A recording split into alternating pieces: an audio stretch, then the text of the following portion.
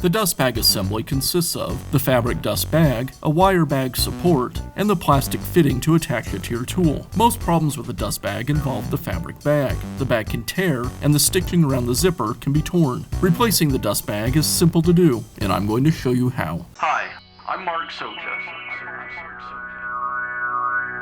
Do-it-yourself repairs like these are easier than you might think. From lawn machines to cordless drills, kitchen mixers, Outdoor grills. our how-to videos walk you through each repair from start to finish. So doing it yourself means never having to do it alone. Let's get started. The dust bag is held to your miter saw with a simple friction connection.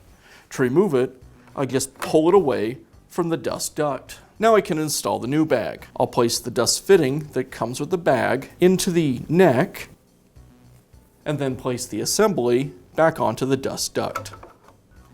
And it just pushes into place. And that's how simple it is to install a new dust bag. Be sure to check back often for new videos and expert advice. If you found this video helpful, give us a thumbs up.